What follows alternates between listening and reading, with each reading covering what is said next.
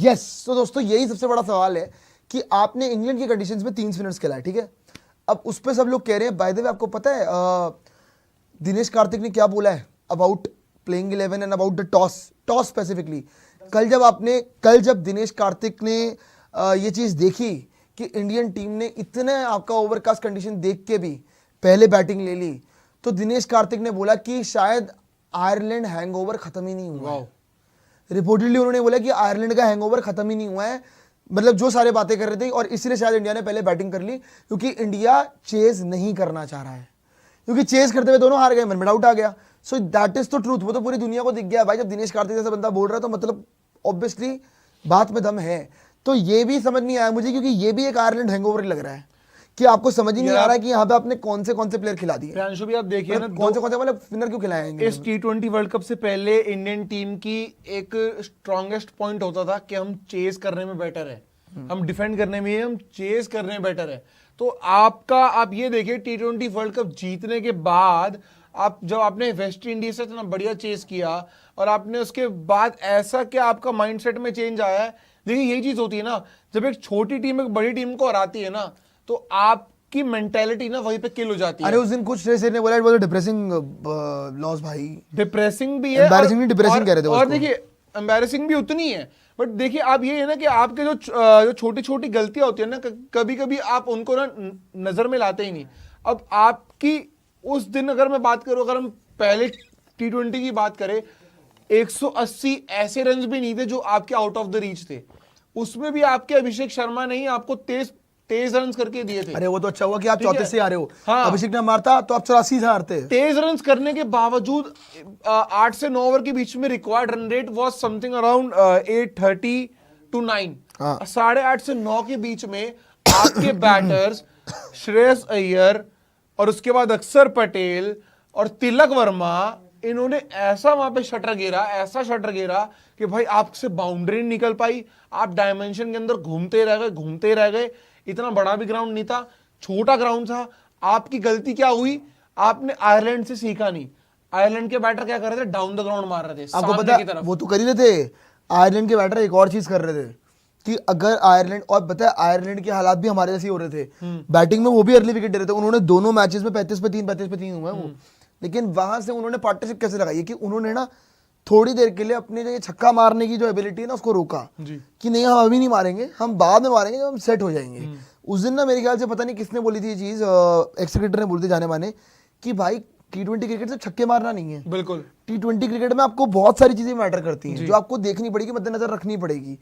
You can not just sixes की पैर रखा और छक्का मार दिया। आपको देखना पड़ेगा कि भैया किस तरह से आपको लेके जानी गेम। पर मैं तो देखो कल बॉलिंग नहीं आई, बट बॉलिंग का एक्चुअली बहुत सवाल था। लोग पूरे सवाल उठा रहे थे कि आपने इंग्लैंड की कंडीशन में 3 स्पिनर कैसे उतार दिए भाई। That was the biggest question यार। That was the biggest question. देखिए ना, जो गलती वुमेन से हुई है यही कर रहे हैं। अच्छा दोनों इंग्लैंड में है, वो इंग्लैंड जाके वापस से देखिए बच्चा जानता है। अगर किसी 9th या 10th क्लास के बच्चे, चलिए 8th क्लास के बच्चे से पूछे कि भाई आप इंग्लैंड जा रहे हैं, आपको सीमिंग कंडीशन मिलने वाली है, तो आप तीन स्पिनर्स खिलाएंगे, आप 3 पेसर्स खिलाएंगे। वही तो बात है ना भाई, वो भी बोलेगा कि भाई 3 पेसर ही खिलाएंगे, लेकिन आपको अपने स्पिनर्स पे इतना क्या बैक कर रहे हैं। विमेंस की टीम के पास पेसर का ऑप्शन था नहीं एक्स्ट्रा, हमारे पास तो है। हमारे पास तो प्रिंस ने अच्छा किया भाई। प्रिंस यादव आप बिठा रहे, प्रिंस यादव ने क्या बुरा किया भाई। अगेंस्ट आयरलैंड उनके 3 विकेट है, दोनों मैचों में 3 विकेट, 6 विकेट है उनके। अगेंस्ट अफगानिस्तान विकेट लेके आ रहे हैं, प्रॉपर कंसाइज लेंथ है उनके पास, स्विंग उनके पास है, यॉर्कर उनके पास है, चेंज ऑफ पेस उनके पास है, तब भी आप उनको नहीं खिला रहे। अरे भाई आप अगली टीम साकिब महमूद खिला रही है, आप प्रिंस यादव नहीं खिला रहे। उन्होंने क्या किया था, जितना मुझे याद है उन लोगों ने ना, वैसे इंग्लैंड की भी इंटरेस्टिंग अप्रोच थी कि इंग्लैंड ने भी पावर प्ले के अंदर विल जैक्स भी उतार दिया।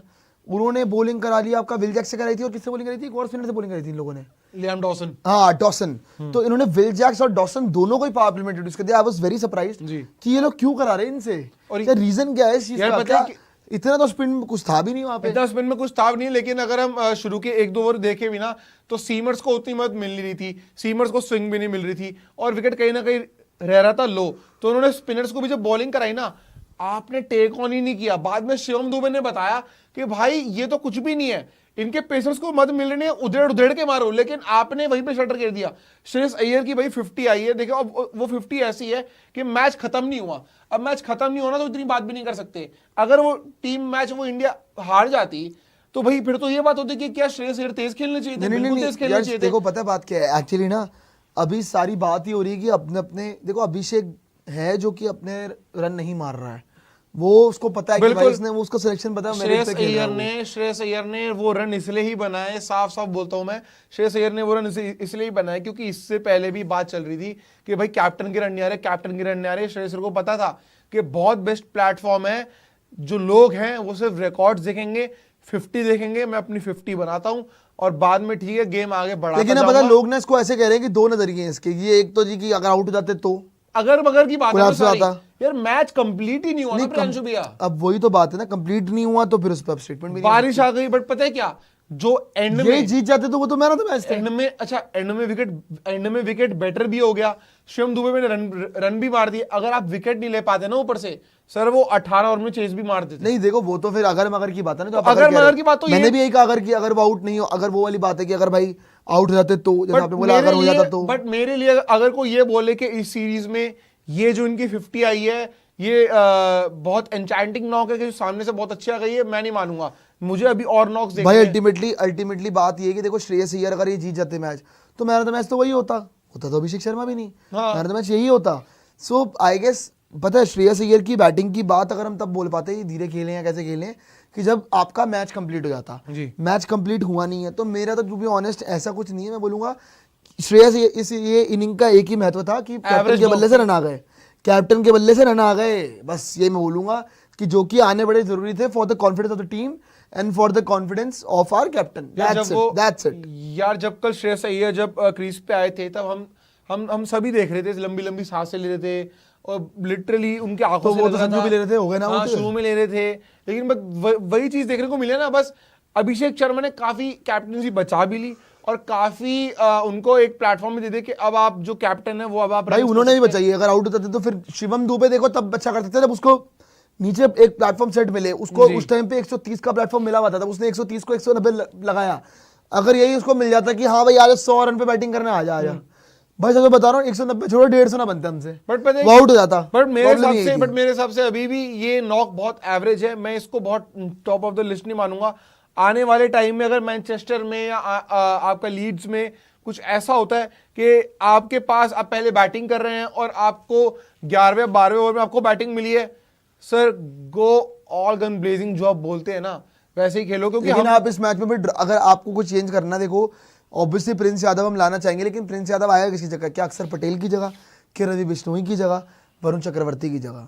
That is a big question. यार देखिए इन तीनों में से किसकी जगह आएगा अगर आएगा प्रिंस यादव तो? यार मैं सीधी सी बात है, मैं इससे पिछले मैच में भी कह रहा था, अक्षर पटेल आप जिस पोजीशन पे खिला रहे हैं, फिर बैटिंग डेप्थ गई, आपकी बैटिंग डेप्थ गई तो यार अब बॉलिंग में भी तो आप वैसे ही उतने रन खाई, फिर बैटिंग डेप्थ का बेड़ा गर्क हो जाएगा, आपको देखनी पड़ेगी। कोई बात नहीं, अब आपको इसी बैटिंग से खेलना है। अब देखिए हर्षित राणा अगर ऐसी बैटिंग में अगर आपके पास संजू सैमसन, अभिषेक शर्मा, अभी तो मैं सूर्यवंशी गिन नहीं रहा, ईशान किशन, श्रेयस अय्यर, जो अपने गिवन डे पर सारे ऐसे बैटर्स हैं जो मैच आपसे खींच सकते हैं, ऐसे आपके पास बैटर है, तब भी आपको नंबर 7 की चिंता करनी पड़ रही है कि हमारे पास हर्षित राणा है। अरे उसकी सारी टीम भाई बताओ, सारी टीमें 8 तक बैटिंग रखती है, कोई 7 पे एंड नहीं कर रहा है। इंग्लैंड 8 तक रख रही है, सारी टीम 8 तक रख रही है, आपको भी 8 तक चाहिए। If you are considering Harshit Rana as a batter then thank you so much. तो आप फिर तो हो गया काम। मैं फिर रवि बिश्नोई को बिठाकर फिर प्रिंस यादव लाता।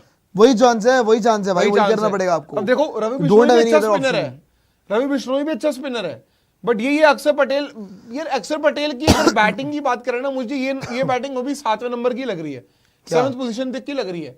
क्या अक्षर ये टीम ये बैटिंग भले ही, ये देखिए ये देखो अक्षर पटेल का ये कि अक्षर पटेल अगर टीम में है तो फिर आप रूल आउट नहीं कर सकते कि मैच बच नहीं सकता, वो कर सकता है, वो वाली बात नहीं है यार। अब दुनिया T20 क्रिकेट में डेप्थ रख रही है, सबको पता है कोलैप्सेस हो सकते हैं, T20 क्रिकेट में होते भी हैं।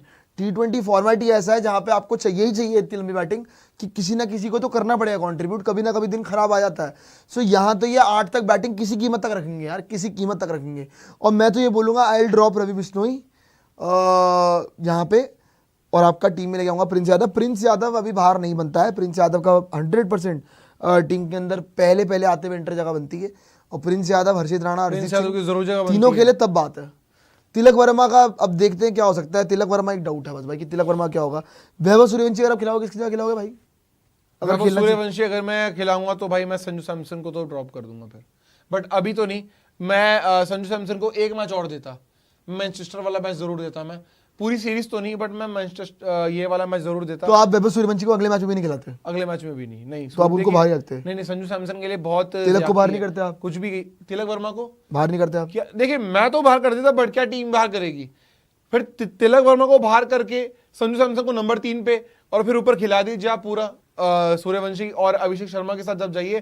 तिलक वर्मा के सबसे उतनी परफॉर्मेंस भी नहीं आ रही है, बट अगर आपको यही चाहिए ना 24 पे 20 30 रन 20 बॉलों पे, तो संजू सैमसन नीचे भी कर लेंगे। संजू सैमसन में वो क्वालिटी है कि भाई वो कंसोलिडेट भी कर सकते हैं, वो सिचुएशन के अकॉर्डिंग सिंगल डबल भी ले सकते हैं, और भाई अगर स्ट्राइक रोटेशन की बात है तो भी कर सकते हैं, और तेज करने की बात है तो भाई 220 की स्ट्राइक रेट से भी मारना आता है उनको। तो फिर तो मैं संजू सैमसन के साथ जाता। और इवन अगर मैं देखूं वहां पे आपका देखो बैटिंग ऑर्डर, तो आप मुझे तो नहीं लग रहा कोई चेंज करने वाले, क्योंकि मैच ना हारे नहीं, मैच धुल गया। मैच धुलता अगर चेंज तो नहीं होगा कुछ। देखो चेज जहां तक बात है, अगर ये जीत जाते तो फिर तो सेमी 11 खेलती, नहीं जीत जाते तो सेमी 11 खेलती। अगर चेज हो जाता तो फिर वही चेंजेस होते हैं, 100% होते हैं। फिर कोई ना कोई को करना पड़ता है, इनको प्रिंस लेके आना पड़ता, क्योंकि इनको पता जाता है कि बॉलिंग फ्लॉप हो गई है, फिर ये शायद वैभव सूर्यवंशी भी खिला देते, क्योंकि मैच नहीं हुआ तो ज्यादा धक्का भी नहीं पहुंचा। बट क्या आप ये मान रहे कि वैभव सूर्यवंशी इस सीरीज में ना उनका खेलना उनके साथ ज्यादती हो रही है? यार ज्यादती के भाई एक बात बताओ आप, ज्यादती की बात जहां तक है, अगर फिर संजू को वर्ल्ड कप जिताने के बाद मौका नहीं मिलेगा तो फिर ज्यादती तो उनके साथ भी है। अभिषेक जैसा खेल रहा है वो तो उसको तो कोई दिक्कत ही नहीं है। तिलक वर्मा है भाई जो जेन्युइनली एकदम टारगेट पे है, लेकिन तिलक वर्मा बाहर होंगे नहीं। आप रीजन मैं आपको बताऊंगा कि तिलक वर्मा क्यों बाहर नहीं होंगे स्क्वाड से। क्या बात, बहुत सारे रीजन है कि तिलक वर्मा स्क्वाड से ड्रॉप नहीं होंगे। बट अब हम यार अभी भी ये सारी बातें हैं कि भाई तिलक वर्मा शायद उस रीजन से नहीं बाहर होंगे, उस रीजन से नहीं बाहर होंगे। यार कम ऑन यार, आप एक इंडिया की बेटरमेंट के लिए आगे टीम बना रहे हैं। हाँ माना आपका जो एम है वो भी T20 आइज नहीं है, वरना अगर होता तो यहाँ पे तो इनका एम T20 नहीं तो तिलक वर्मा के वनडे खेल रहे हैं, बुमराह भी खेल रहे होते। फिर यहाँ पे खैर हार्दिक पांड्या को तो इंजरी हो गई, वरना वो भी खेल रहे होते। मुझे यही लग रहा है कि भाई तिलक वर्मा, आपको ये सीरीज लास्ट देनी चाहिए तिलक वर्मा को। बहुत देर हो गई भाई।